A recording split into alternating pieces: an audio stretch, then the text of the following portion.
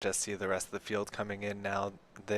Some of these crews did have a little more challenge, I think, in the challenging weather conditions, keeping their boats in line. But nice to see that it does seem to have been a clean, safe race. Nice shot in the bottom there of all those trophies as well. Certainly lots of people eyeing to win Henley Gold today. We're tuning in now to the start of the senior women's lightweight single. In lane 2, we have Guelph, Caitlin Dennis. Lane 3, Durham, Jacqueline Stelmancic. We will call Jackie Halco sometimes. Lane 4, Pen AC, that's Jessica Hine. Lane 5, St. Catharines, Carly Zanata. Lane 6 is North Star, Jenna Pelham. And lane 7, Vic City, Elena Taub.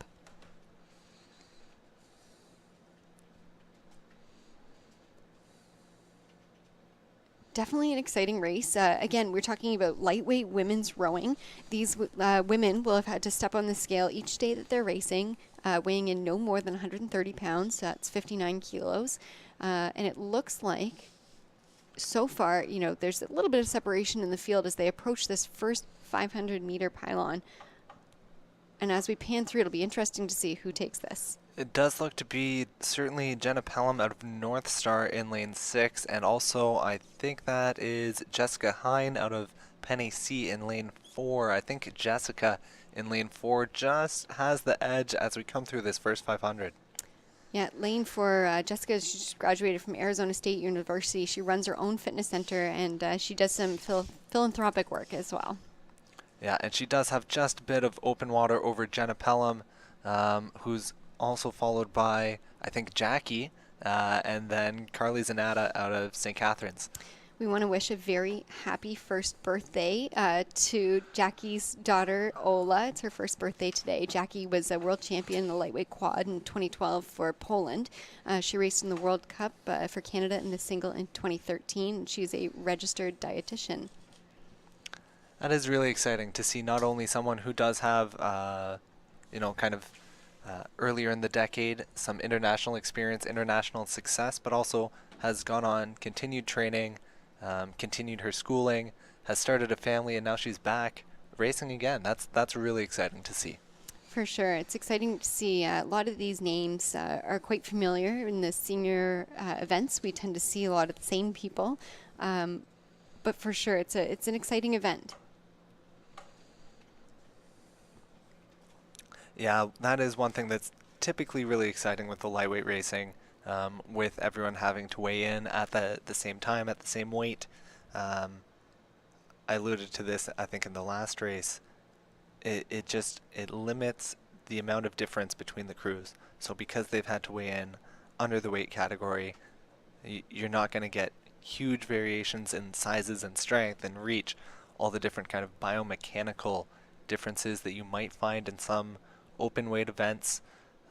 So it typically leads to some really exciting tight racing, as we're seeing here in the women's senior lightweight single. Jenna Pelham, no stranger to kind of the barn burner racing. I remember seeing her cross the line last year, and looks like a little bit of a crab from Jenna right there. Let's see if she can bring that back.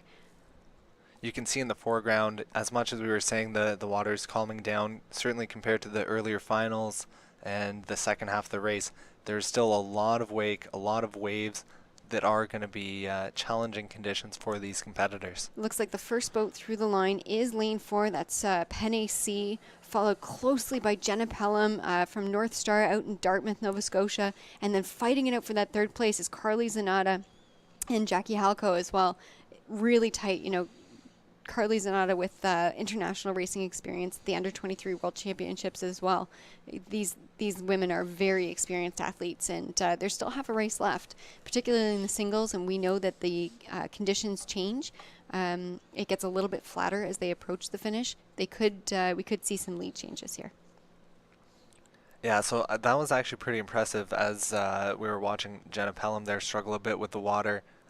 It speaks, I think, to her skill and the lead that she had built up. As much as crossing the first 500, it was still fairly tight between her and Jackie and Carly out of Durham and St. Catharines. Jenna did catch a bit of water there, catch a bit of wake, and still held her lead through the next checkpoint. So well done to Jenna so far. We'll see if she can try and push up on Jessica, who's got the lead here in the senior lightweight women's single. Jessica Hine out of Penn AC. All of these women also having incredibly experienced coaches. We've got Dave Leger coaching in Guelph. He's done a phenomenal job with that program. I know Sean Hall is a former national team athlete out of the United States, coaching Jessica from Penn AC. Ron Swede Burak coaching St. Catharines lightweight women as long as I can remember, and an Olympian himself, as well as Isolde Penny out of Vic City, another very talented coach and athlete. And yeah, those athletes will just be crossing past the Henley Island right now. So any competitors, teammates, friends, family, and particularly I think coaches are going to be watching this from the dock, from the boat area, and just cheering on and looking to see what their friends can do, and seeing if the athletes, of course, responding as they hear the slight roar from the crowd, not quite what you get out of the grandstand, and seeing if someone like Jenna Pelham can use that roar. She's really closed the gap between Jessica Hine. Jessica did have open water now, and now it's just bow to stern. I would say there was almost a little bit of overlap there, and if anybody can do it, I think it's going to be Jenna Pelham out of North Star. That's in Dartmouth, Nova Scotia. Yeah, so really exciting here. This is one thing that you can find certainly at the senior level and as well in the singles. Leads can change very quickly. It does not take a whole lot to get a single up to speed and overtake some competitors. These women are competing for the Sandra Kirby Perpetual Trophy at the 1976 Montreal Olympics. Sandra Kirby raced in the Canadian women's coxed quad. This is the very first Olympic Games in which women were allowed to compete. Sandy is both a FISA and Rowing Canada umpire, and she was named Umpire of the Year by RCA in 2015. Dr. Kirby taught in the Department of Sociology at the University of Winnipeg from 1989 through 2014 and is currently Professor Emerita there. Last year's winner, of course, was Kat Walker from Ridley Grad. Kat raced for Canada at the Under-23 World Championships in 2014, as well as FISU in 2015. I think that really just goes to show the standard that is starting to evolve at Canadian Henley Regatta.